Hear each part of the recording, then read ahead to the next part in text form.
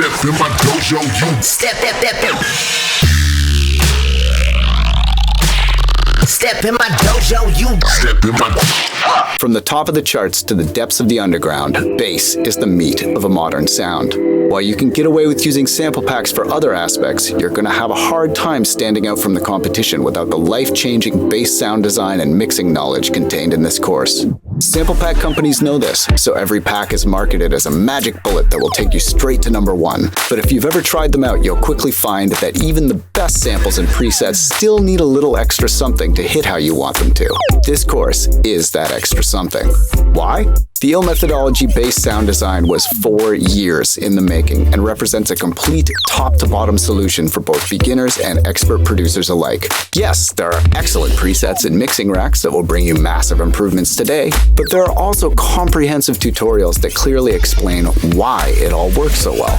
There are sessions on sound design, mixing, resampling, music history, sound physics, and even a complete synthesis course that teaches how all popular synthesis methods can best be used to make bass. Whether you're a singer-songwriter looking to make better demos or a bass music specialist looking to blow people's hair back on 150,000 watts, this course is your one-stop shop for all things bass. I'm confident you will use the sounds, racks, and knowledge from this course in every single song you ever make for the rest of your musical life. If you care about your bass, there is no better investment than the ill methodology bass sound design. With a 30-day money-back guarantee, you have nothing to lose and everything to gain. But don't take my word for it. Have a listen to bass sound design in action.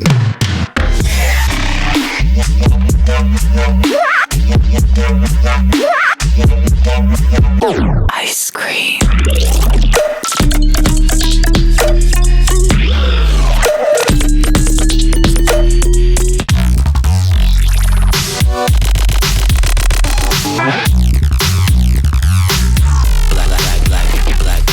We're going to be learning about some concepts in synthesis, but I always like to start with why when I am exploring these different things. You know, like yeah, additive synthesis is cool, but why? Why would you use additive synthesis? You know, what is the point of using additive synthesis as opposed to subtractive synthesis or granular synthesis or any of the other synthesis types we've covered? Okay, well, for me, the point is always the texture and the sound of it.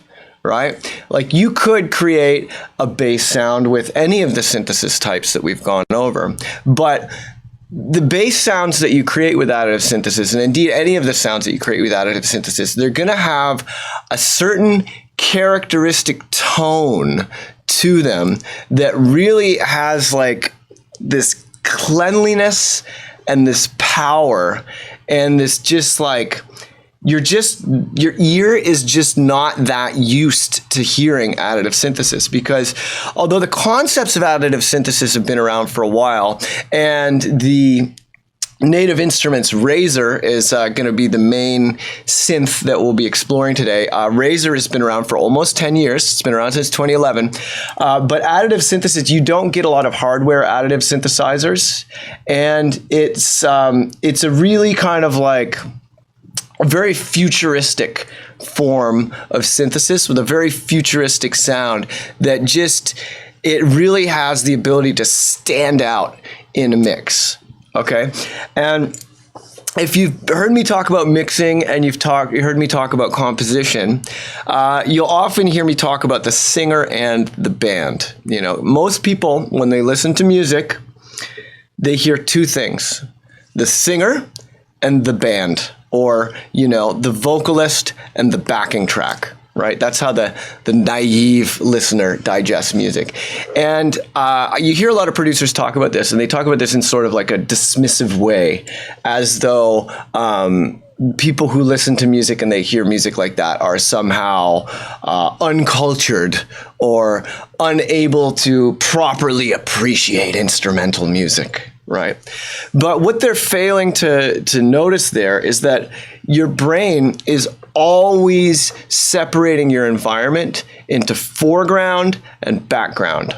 It's always doing that, no matter whether you're listening to instrumental music or vocal music, or you're just listening to the sounds in the forest. And, as you leave the forest and come into a clearing, the first sound that might occupy the foreground is the sound of the reverb space opening up as the trees go away. And then you hear that the field is full of insects.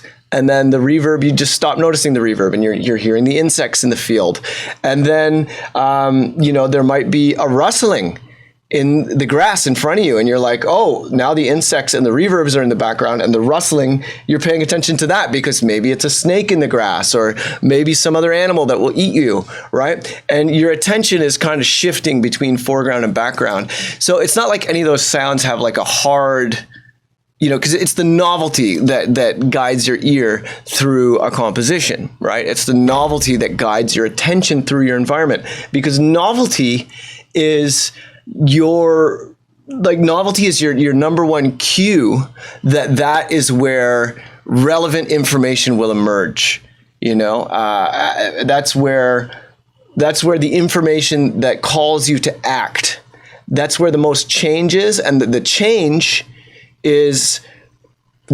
naturally draws your attention. So whether the sound is new in the composition, that will draw your attention to it naturally, or whether it is a new form of sound, an unusual sound design, unusual synth programming style, intricate modulations, and just unusual processing, unusual synth engines tend to draw your attention in a very kind of immediate and physical sort of way. It takes advantage of the natural dynamics of perception to draw your attention.